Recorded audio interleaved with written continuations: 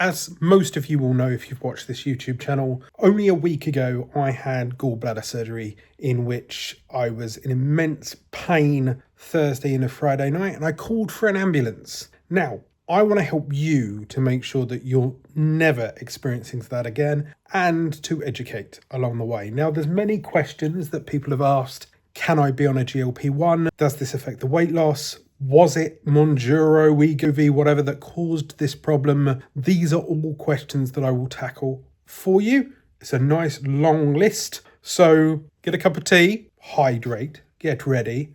I will barrel my way through every single question that I can possibly touch upon. Hopefully it's helpful. If this does help you, please like, share, subscribe. I believe there's a hype button thing as well that pushes it out there, or share this with a friend that you feel might be having these problems. You ready? I'm going to work them in order of discovery through to pain. So 1, is this gallbladder pain or is it trapped wind? Trapped wind is normally central or left-hand side of your body, and will obviously kind of ease by burping, farting, passing bowel movements. However, a gallbladder kind of pain is upper right-hand side and can radiate into your back and shoulder. I tend to find that it used to start in my back and then move to my front, and it's kind of just under the man boob area, and it might even move when you move. 2, where exactly is gallbladder pain? Now, it's kind of there. So under the man boob, so the right hand side of your body, kind of just under the ribs, but it can spread to the middle of your back or kind of back right shoulder. Can gallbladder pain feel like chest pain? Yes, very, very much so. Chest pain, upper kind of stomach. You might feel breathless, dizzy, might get sweats. Does gallbladder pain get more painful after eating? Often, yes. Now, I was okay until I had a cheese toastie, and that seems to have been the last thing that dominoed effect my way into what was my surgery last weekend. However, I would also like to point out that it's not one cheese toastie and bang, yeah, in pain. It builds up over time, and you may have had multiple versions of these kind of gallbladder attacks. However, what a gallbladder attack actually is your body's engaging in trying to put additional bile into your body to help break down that fat. So yes, if you're eating something heavily fatty, this is where your gallbladder kicked in, and if there is a stone, then it's fighting against itself. Think of it squeezing a balloon. So it can typically cause more and more problems over the course of like 30 minutes to even 2 hours. How long can a gallbladder attack last?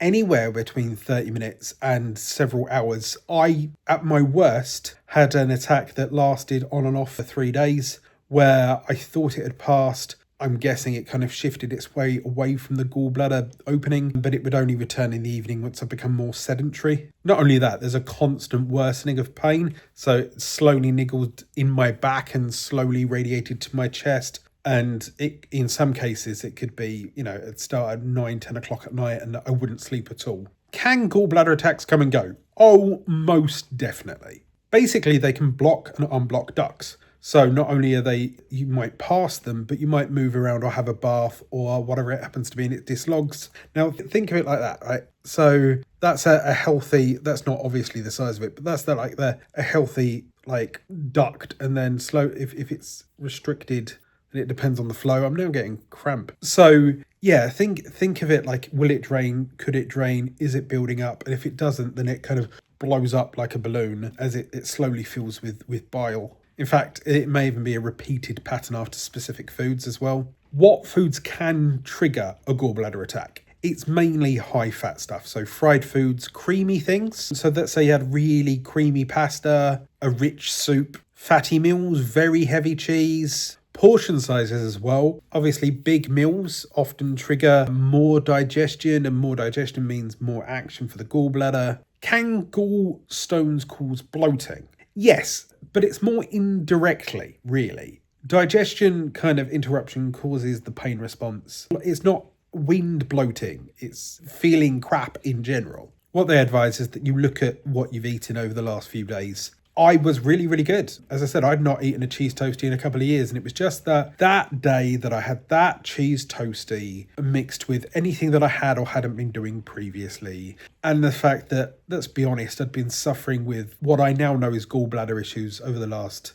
couple of years, and it was just the perfect nightmare storm. I had that cheese toastie when I was feeling crap, when it was already possibly semi-blocked and I didn't realise. So yeah, I just kicked it when it was down. Can gallstones cause nausea? Oh, most definitely. The amount of times that I was sick at stupid o'clock in the morning or I felt crap, not only might you be being sick because of the pain, but you might be being sick because of the body imbalance that's being caused by the gallstones. If you are vomiting on a regular basis, then please don't do a me. Don't self-diagnose. Go to a GP. Can gallstones cause acid reflux? They can overlap. The pain causes nausea, which kind of looks like reflux, whilst true reflux worsens when you lay down, and reflux is kind of more stomach internalized base, whilst gallbladder is adjacent. Your gallbladder doesn't specifically digest within it. It adds to your digestive system. Think of it as like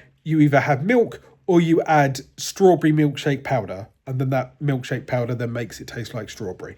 That is the nicest analogy I can give, because your gallbladder adds bile to your digestive system, which helps you break down the fattiness within your poo and your digestive system. Okay, next stage, is this dangerous and should I go to A&E? So when should I go to A&E? Now, this is what I should have taught myself rather than using ChatGPT and WebMD and being a stereotypical man. If there is severe and constant pain, fever, chills, jaundice, confusion, or even fainting, for the love of God, please contact some medical help. Persistent vomiting can also not help you, and keeping fluids down will be a major issue.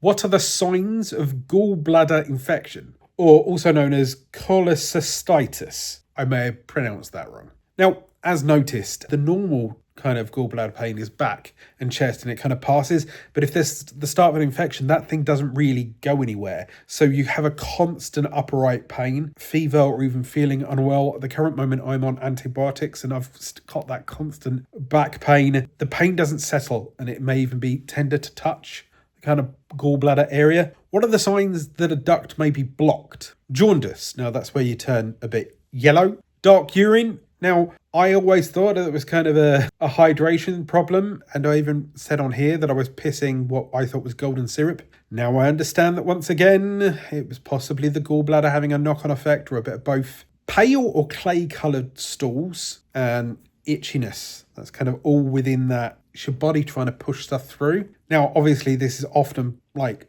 matched with a pain or nausea, because your body's trying to push this out of you. Can gallbladders and gallbladder stones cause pancreatitis? Yes, if a stone blocks near the pancreatic duct or even drops in to the pancreas, then it moves and pushes infection. And this can immediately cause like upper abdominal pain, vomiting. Please, once again, contact your doctor. What does a ruptured gallbladder feel like? I was very lucky to have it before it went full nuclear. But speaking from personal experience, I was told that I was only a day or so away from it getting worse. I had severe escalating pain. I was very unwell. I was feeling a fever, but I didn't realise it at the time. I quite like my rooms cold, but I realised now when the ambulance people arrived that I was warm, very warm. The room was like 0 degrees Celsius, which I believe 0 degrees Fahrenheit, all at the same time. I might be wrong. Basically, I got to the end of that thing where I was like, right, I need to call for an ambulance. What happens if the gallbladder bursts? I was lucky, but the infection can spread internally. This could cause sepsis, which is blood poisoning. Basically, it becomes a germ time bomb. I was very lucky that once they went in to remove the gallbladder, yes, it was infected, but they was able to remove it. They also pulled it through where I had a hernia operation previously. There was worry. There's a lot of germs inside the gallbladder, and that's how your body works. And certain germs work in certain areas, but if you reintroduce those germs in other areas, it is not helpful. So yeah, no. Why does itching matter when it comes to gallstones? Now, the itching can happen when the bile compounds. It kind of sticks within you. You've got to remember that stuff is there to help break down stuff, and your body slowly becomes more and more toxic, especially significantly if you're not eliminating it through urine or anything like that, if it's not even being dumped into your digestive tract, because that's what you've got to think. Your liver generates some kind of bile. It passes through, your gallbladder holds a bit, saying like, oh, just in case he has chicken wings or ice cream, because of course it talks to itself, Alan. But if it's sat there, it kind of can't get anywhere. And the itching is also, it's trying to get you to move or yeah. Why does the dark urine matter? Now, once again, I thought my golden syrupy wee was dehydration. It was in some way, but it's also your body saying like, hey, if you hydrate, then it might thinning the bile and it might be able to help me push this stone out, or it's your body's way of sending you messages. And so many blokes and so many people with these kind of things just ignore every signal because, oh no, my arm's fallen off. Nah, it's just a mere scratch, flesh wound. More that patterns matter more than colour, because you can always adjust how much fluid you're taking in. And they always say that you should stay as hydrated as possible. Yes, and I know it's hard. I've got ADHD, I always forget to drink. Or I make a drink and then it just sits there forever. Pay attention. If your wee becomes darker and darker on a regular basis, even though you're drinking, then pay attention. Okay, so you've got all these signs, you go to A&E or you talk to your doctor. This is the diagnosis and what they do at the hospital stage. How do they diagnose gallstones, especially in the UK? They'll ask you some questions. They'll look at your history, see what things you've experienced previously. They'll do a body exam. They poked and prodded. They also did some blood tests and they checked if I was pregnant with an ultrasound. And I was pregnant with gallstones like a twat. Now, my blood test came back saying that there was inflammation markers. Basically, if your body's inflamed, there'll be signals. Me being on a GLP-1, a GLP-1 actually kind of helps with inflammation markers. So, yeah, long story short, it was kind of that balancing act between GLP-1 and the gallbladder stones, but then a very, very smart assistant surgery consultant that was willing to listen to me when I sat down, and she was like, well, there could be a 9-month waiting list. And I was like, please, just get this out of me. Get this out of me now, because otherwise she's going to send me home with pain medication and I was going to have to self-medicate for fucking 9 months. I'd been doing that anyway, using ChatGPT like an idiot. Now, don't get me wrong. What I had been doing was working. And what I had been doing is kind of what they would have sent me home to. I was using the enzymes from Lily and Loaf, that I was using the daily essential bundles, and I continue to do so. In fact, that's what they actively suggest you do. Go out and... Oh, hang on. They're there. So I've got the milk thistle, which helps you before you pop, right? And that's the enzymes, right? Lily and Loaf very nicely sent some extra ones after my recent video. What those do is the milk thistle kind of helps with the bile, and the enzyme helps with your lipids, one of those. But yes, they'll scan you, they'll make sure you're not pregnant, or if you are, then once they come back, they'll let you know. Blood tests suggest gallbladder trouble. So basically the blood test will show you if there's inflammation markers. That will rise with infection and inflammation. And liver markers, so your bilirubins, can rise if your bile duct is involved. In other words, these are your kind of hints. What do they do in A&E when it comes to gallbladder pain? Well, first of all, try and give you some pain medication. They'll do your bloods, they'll do your imaging, often fluids, but in all honesty, I didn't want to take anything on. I was just almost meditating in pain. And if it's infected, possibly admission and a specialist review. That's what I got. Do gallstones always need surgery? No, not always. It depends on the symptoms and complications. Some people get one gallstone and never get them ever again. Some people, once they've started getting them, they kind of show up more often. It's a combination of diet and your body, basically. However, repeated attacks and inflammation often lead to gallbladder removal. Because, hi Alan, would you like surgery or would you like this pain every year randomly 4 to 6, 8 times a year? Fuck no, give me the surgery. Like the pain I'm suffering now, or the uncomfortable pain that I'm suffering now is awkward, but it's in line with just one gallbladder attack. and I'm medicated and I've got codeine and stuff like that, and it's comfortable within reason. Now, that's also the fact that my gallbladder doesn't exist anymore and my body's adapting and I've gone through surgery. At one point, I was having these attacks every 2 weeks like an idiot. Why do some people need emergency surgery? Severe inflammation and possibly infection. That's what happened to me. I was at risk of rupture. In other words, a couple of days more and the body, you've got to think. There's stones inside basically a balloon that slowly fills up with liquid. And the more it fills up, the more it's trying to force that stone out of a hole. And the more it's trying to force it out of the hole, the more it's aggravating it and maybe even ripping it, which then makes it bigger and bigger and bigger and bigger and bigger. Basically, it's a feedback loop of pain. When they got to me and they scanned, they said that the walls of my gallbladder was quite thin, and that's a problem because that also means that you've stretched that balloon further and further, just like blowing up a balloon. You're more likely to put a hole in it when it's at full size than when it's flaccid. Now, blocked ducts and even pancreatitis will obviously accelerate this issue as well. Let's talk about surgery. I'm going to try and pronounce it again. Cholecystectomy for the cholecystitis. Now, cystectomy meaning removal. What is a cholecystectomy? What is a gallbladder removal? Basically, it's the surgical term for a gallbladder removal. And normally, laparoscopic. In other words, I've got bullet holes. Look at the bruising. I've got bullet holes where they went in keyhole. I'm due my pain pills soon. Is gallbladder removal a major surgery? It's a common surgery. In fact, I believe it's the most common surgery ever. But it is a real surgery with real recovery. Not only that, you've got to adapt to the fact that a certain thing's not in your body anymore. Most people recover, but there can be some ongoing side effects. How long does gallbladder surgery take? It took me, from the moment they wheeled me down to the moment that I woke up, about 2.5 hours. But I believe they've got to put me out, they've got to prep me, they've got to do whatever they do when you're out conscious.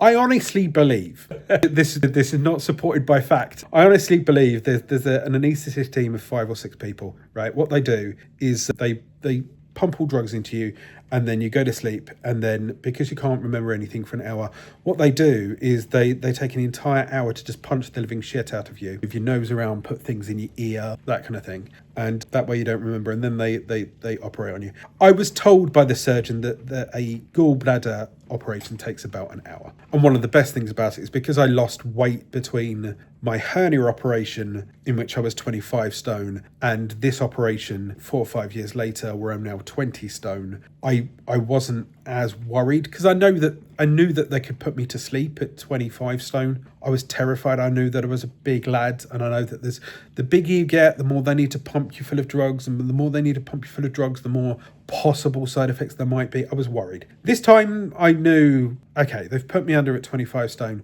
I'm 5 stone lighter. They shouldn't have an issue. How long do you stay in hospital? I went in on Friday morning. I was operated on very luckily Saturday morning.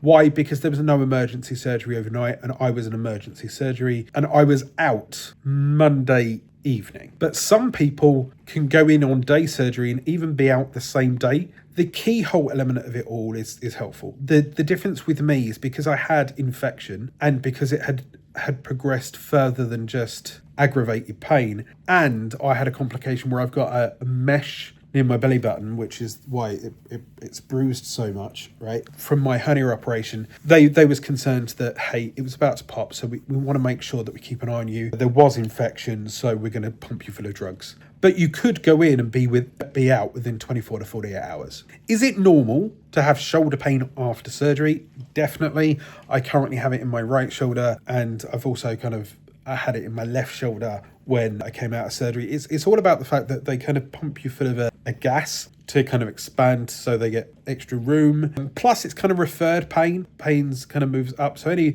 diaphragmatic issues kind of refers pain to the shoulder, but it often improves over time and with gentle movement. Okay, 1 to 2 weeks after surgery, what are the common symptoms, what are the side effects? I am now a week removed. So speaking from personal experience, is there any nausea? Yes, mainly because of the medications. There'll be dehydration because you're not eating as much because of the pain, or you are eating but you've changed your diet. You're also not eating your portion sizes. I've been on GLP-1, so there was kind of diet changes there. However, if there's persistent vomiting or fever or severe pain, check back in. You might need some medication. I'm very, very lucky that I've got all my pills and my potions. Is acid reflux a common after effect of gallbladder stone removals and gallbladder removals? Yes, mainly because of meal size. You've got to remember that the gallbladder sits there with a clump of bile waiting for you. So if all of a sudden you have a plate of 20 chicken wings, or whatever it happens to be, instead of just relying on the liver to pump out bile to help you with that, it also uses the gallbladder bank of bile, so to speak. But if you don't have a gallbladder, then it can't react as quick because the gallbladder can't help it. Basically, depending on the size of your meal, depending on the timing of your meal, depending on any diet changes, it can cause acid reflux. Basically, smaller meals, not eating so late at night, will help that situation. Why do I have chest pain, shoulder pain after the surgery? One thing is that, you're bruising. Now that's perfectly natural. You've got to think that yes, you're going to have a few days where the pain medication from the hospital, which was the top grade stuff, will slowly wear off, and then your body's adapting to, in my case, the codeine, the paracetamol. But there's also a case of a gas pain, reflux, muscle healing. Now, if there's chest pain with breathlessness or sweats, fainting, once again, contact your GP or even the ward that you were on for further investigation. Is constipation normally after surgery? Is very common. In fact, some of the painkillers that I'm on, codeine, is down to constipation. You're moving less, you're drinking less, your body's adapting. However, passing wind is a reassuring sign, but severe pain and vomiting is not. Why am I bloated after gallbladder removal? Gas, constipation, fiber changes, fat being reintroduced because your body now has to learn how to deal with fat now that it doesn't have the gallbladder, or you may have reintroduced fat too quickly. Ironically, I was sat in the hospital and having been on GLP-1 for an extended period of time, I was sat there, I was feeling really sorry for myself. I was like, I'd really want some KFC gravy. Am I going to touch that anytime soon? No, it will fire out of my bum at 400 miles an hour. I'll be in the world's most pain until this heals. But yeah, that was my first craving, KFC gravy. I identify the patterns of what is right for you. If you're also experiencing bloating, what have you eating in the last 1-2 hours, couple of days? Try and note down what you've done. Why is my stool yellow after gallbladder surgery? Now, this is due to the bile changing and the timing. You've got to think that now the gallbladder's gone, your liver constantly drips bile through you, and that's perfectly fine. Your body's adapting to it. You don't really need a gallbladder, but it's one of those situations where evolution hasn't needed to remove our gallbladder, so we kind of kept it as a fail-safe. But because you're constantly dripping bile, it means that sometimes the stool passes through you faster, so it's not digesting as much as it used to, so you're eliminating more fat. It will take time. You have to adjust to the diet, and then your body will readjust over time. It basically says in a couple of months' time, you might not even notice you don't have a gallbladder. Just be careful when you're looking at all those chicken wings or the ultra cream of tagliatelle bacon cream pasta stuff. Why is my stool floating? You're passing more fat, and fat floats. You might just have to pay attention to what you're doing diet-wise. Why do I have diarrhea after surgery? Your body's adapting. Your body's gone through a lot of trauma. Not only does it now not have the gallbladder for a bit, but yeah, you've been cut open. So your body's trying to push stuff through. It hurts. It's aggravated. It will go away. Ongoing watery problems in that area can also effectively be bile acid diarrhea. Your body is getting too much and it's trying to flush it out. Treat yourself nicely over the next few weeks. So to just double down on that, what is bile acid diarrhea, or BAD? It's too much bile reaching your colon. It triggers watery, urgent feelings, and that's what effectively is diarrhea. It's a highly watered down version of a bowel movement. It is treatable, and it's certainly worth discussing with your GP if it continues. Is itching normal after surgery? It can be dry skin, or it could be the medication. You've got to think that if you've got an inflammation or an infection, then it's your body's trying to tell you that you've got a problem. Once again, itching, jaundice, dark urine, search for additional help. Why is my urine often dark after surgery? It's a mixture. Dehydration, once again, you've been in pain. You've also been told not to drink or eat stuff for 24 to 48 hours beforehand, depending. or you've just fucking not wanted to. But once again, long term, dark urine, jaundice, pale stools, contact a medical professional. How should I sleep after surgery? Many people prefer semi-upright. In fact, I think that's autopilot in the NHS. I woke up kind of propped up in one of their beds. I fucking love that.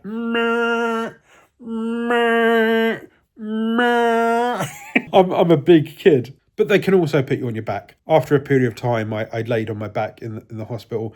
At the moment, because I'm kind of bruising, I'm kind of sat like a zigzag on my sofa. When can I take a shower or a bath? Showers are often earlier. My wounds, glue and hope. No, my wounds are glue and dissolvable stitches. So they don't want to constantly aggravate those because you need your body to kind of knit all stuff together. So bathing, cleaning the wound in a shower is easier. Soaking in a bath is normally delayed by 7 to 10 days. I'm looking forward to my bath. I'm hoping to have a bath maybe tonight or tomorrow. Why? Because it's just going to help me float in the water. That'd be really nice. And then I can take some of the weight off my back. Although have a look at your paperwork. It will tell you in your paperwork. When can I drive after surgery? When you're off your sedating pain meds. So any medications that make you feel drowsy, then no. Anytime you sit in the car and you feel awkward or you feel the pain's getting more and more, don't fucking drive. Also, there will be rules for these kind of things with your car insurance and your GP, so check those out. You've been operated, you've come home. These are the things that everybody wants to know. What should I eat right after a gallbladder surgery? Small, low-fat and simple meals. I was treated to the NHS meals, in which I honestly cannot thank the NHS enough. Everyone at that hospital were fucking supermodels or the world's best grandmother that loved every inch of you and made sure that you was okay. I am so grateful that the NHS exists. I was given toast in the morning with porridge, in which I'm now addicted to porridge again for the first time in years. I then had a sandwich plate sized portion of a meal like a mild chicken curry. I had a little stew and soup. Today I've had soup. Basically lean protein, so chicken, fish, don't go for lamb, that kind of thing. Gentle carbs, cooked veg, that's a good baseline. How long should I stay low fat? Usually short term's fine, then gradually reintroduce. So don't go from soup, 17 chicken wings. In fact, long-term zero fat approaches can backfire and reduce tolerance in the long run. So reintroducing is fine, but it also is a game of testing. So if you feel okay, try one day and then see what you feel like after, I don't know, a little bit of extra oil, or you've gone for extra fatty bacon, or whatever it happens to be. See what the reaction happened to be and then slowly reintroduce. But you've also got to remember that you're re-educating your body. So you have to teach it and you have to give it these awkward lessons to learn. How do you reintroduce safely? Increase in steps. So one change at a time. Portion size is a huge trigger. So smaller meals often solve it. I'm already on small meals anyway because of the GLP-1. And I also don't eat as much fat as I used to. I've gotten into a point where I've not had a takeaway for myself individually in months. And even then it was always like chicken and broccoli from the Chinese shop. Whilst before GLP-1, I weren't exactly great mental health wise. And at one point I was eating 3 to 4 takeaways a week with my ex-partner. And now I look back at those and those were like, kebabs and pizzas and stuff like that. So smaller meals and slowly reintroduce. Why does fat cause diarrhea now? You've got to think that the bile timing is different. So fat rushes through faster, digests less, and then eliminates. Whilst previously the bile from the liver and the gallbladder would have caught it and helped break some of it down. Smaller fat portions and work on step laddering your way up and then you'll be fine. I'm currently itchy, by the way. Can I eat eggs after gallbladder surgery? Many can. Start with 1 egg. See what the response is. Once again, it's kind of a trial and error thing. I can't say yes to you because I might be able to, but you might not. And the cooking method obviously affects this. If it's poached or boiled, then there's much less fat being used compared to like a fried egg, because obviously fried egg is fried in oil. Can I eat cheese after gallbladder removal? Often this is a trigger because it's fat dense. In fact, as I said previously, that was the thing that kind of almost killed me off. My urge to have a cheese toastie. Oh no! End of the world! I want a bit of cheese in my fucking ham sandwich. Try lower fat cheeses if you really must use cheese to start with, and then keep portions smooth and ladder your way up over time. This is not the end of your cheese experience. Just ease on it for now. Can I drink coffee after gallbladder removal? Some tolerate it, some don't. Some people get kind of a caffeine kick. Some people get a bowel urgency or even acid reflux. Try it after food. That way there's something for it to kind of absorb into. Do not try on an empty stomach because you're begging it to get pissed off. How many times have you woken up in the morning, slammed a very strong coffee, got to work and then exploded your anus? And that's on a healthy body, let alone one that's no longer got a gallbladder anymore. A ball gadder.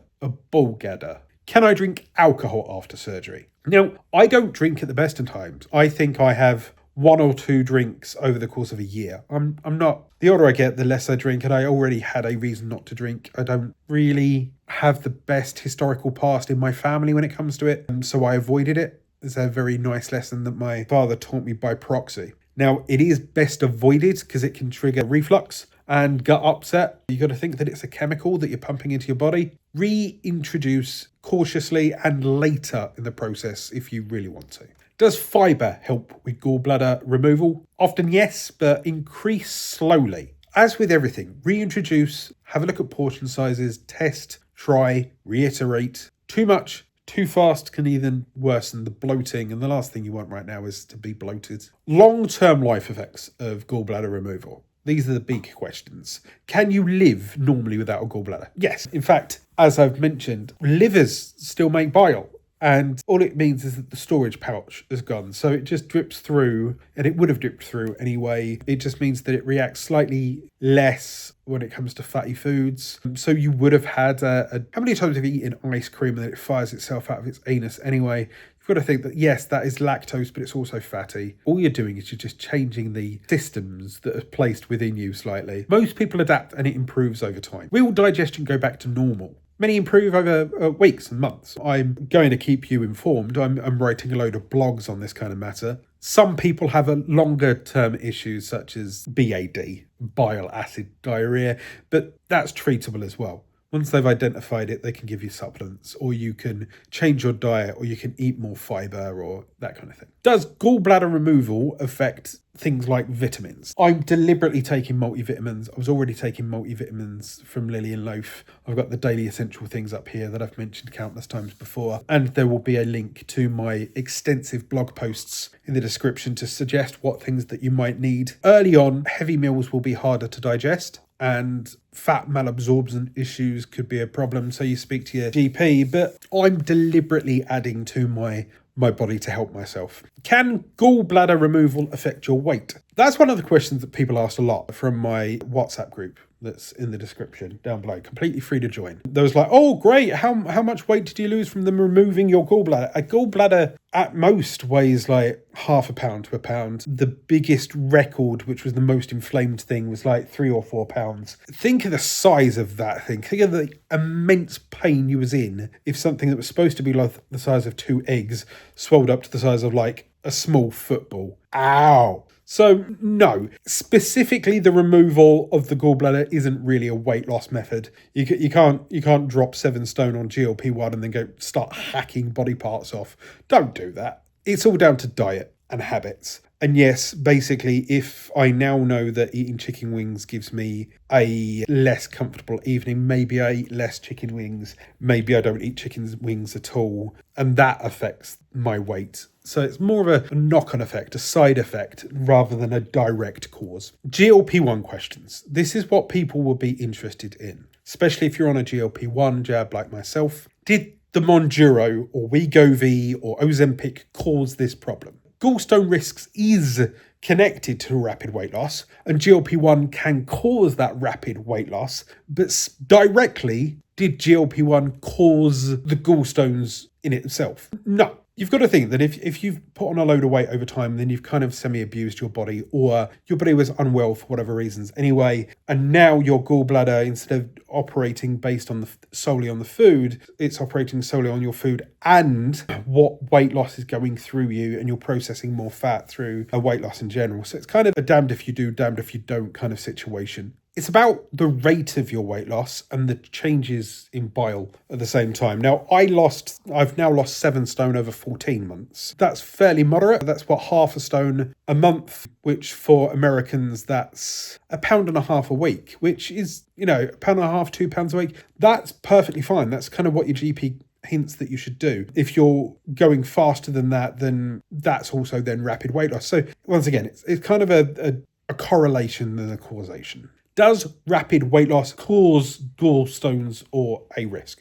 Yes. Risk, definitely. The more you're losing, the quicker you're losing, the more your body has to compensate for the flow of bile within your body, because it's been used to high fatty meals, or you're a bigger person, so therefore your portion size will be bigger, so therefore it needs more bile to process. And then because it's producing more than your body actually needs, that might also be the reason it generates stones. Can GLP-1 slow digestion mimic gallbladder symptoms? GLP-1 can indeed slow your stomach emptying and cause nausea and fullness. But pain is more after the fatty meals. That's the gallbladder rather than the GLP-1 in itself. Speaking from experience, I've had both. If you've just taken your GLP-1 jab on Sunday evening and then you followed it up with a load of chicken wings and bacon, then it's likely that your body's gone, hey, I'm not digesting this as quickly, and you've just done this to me, and it kind of sits there and ferments. But if that pain then comes in, have a look at what you're eating, when you're eating,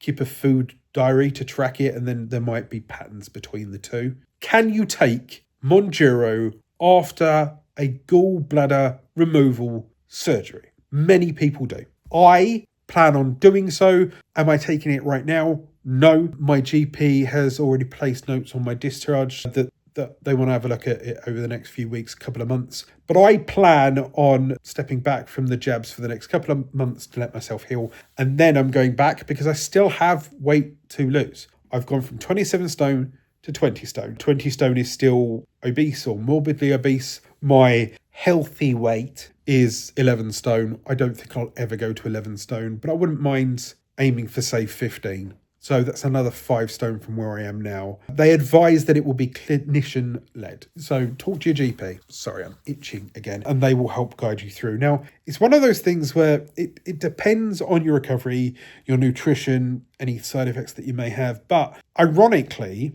one of the reasons they wouldn't put you on GLP-1 before surgery is if you might have existing gallbladder issues. If you have no gallbladder, you can't have gallbladder issues because it doesn't exist. One of the reasons why they wouldn't put me back on GLP-1 no longer exists. I'm not going to have a flare-up of a gallbladder. I don't have a gallbladder. When can you restart a GLP-1 after surgery? It depends. The GP will guide this with you. Can you eat and drink reliably? Restarting too early may affect your digestion. It might cause nausea. And dehydration is key. So that's why I'm saying I'm giving my body a couple of months to adjust to the new world. Plus, the advantage here is that I was at 15 milligrams. So that's the top of the Mounjaro list when it comes to these medications. After not doing it for a couple of months, I'm just going to start back down at the bottom, which then means I can slowly titrate, one of those, back up to 15 milligrams. So it was costing me £250, £300 per jab up here. It's going to drop back down to here where it's about £100 per month. So it's going to save me money anyway. So effectively I've come off the jab. Yes, I may or may not have food noise, but I'm not feeling great anyway due to the surgery. So it's kind of all in one go. So if I'm going to do it, I'm going to do it now. Is my nausea due to GLP-1 or post-op digestion? I'm not on GLP-1. It's now been 10, 11 days since my last jab. But as noted before, GLP-1 nausea often is dependent on how soon you eat after the kind of jab in itself, the digestion. Post-op nausea often tracks based on the size of your portion, any reflux, any medication, and the fat involved within it. At the end of the day, I know that this has been a huge video. It's been a lot to listen to. If you're much more of a person that prefers to read, I've made most of these questions into a blog post, and there's going to be a link down below. If you have any other additional questions, please get in touch. I'll be more than willing to help. I can't suggest enough the Lily and Loaf supplements that have really helped me. And please, for the sake of everybody else that's been in this pain, that's curious about GLP-1s, that's curious about gallbladder things and stuff like that, please like this video, share it with a friend that might have these symptoms. And there's a hype button now. If you smash that hype button, what it does is it pushes it out to as many people as we can. And I want to help as many people in this community as possible. And if you want my entire gallbladder story, it's another long video. I'm going to put it here, right? It's 25 minutes of me explaining why I was a complete idiot. I'm Alan, this dude. I've lost 7 stone on a GLP-1. I had gallbladder surgery last weekend and I'm recovering. How are you? Right? Tell me how you're experiencing this and if you missed me. Boop!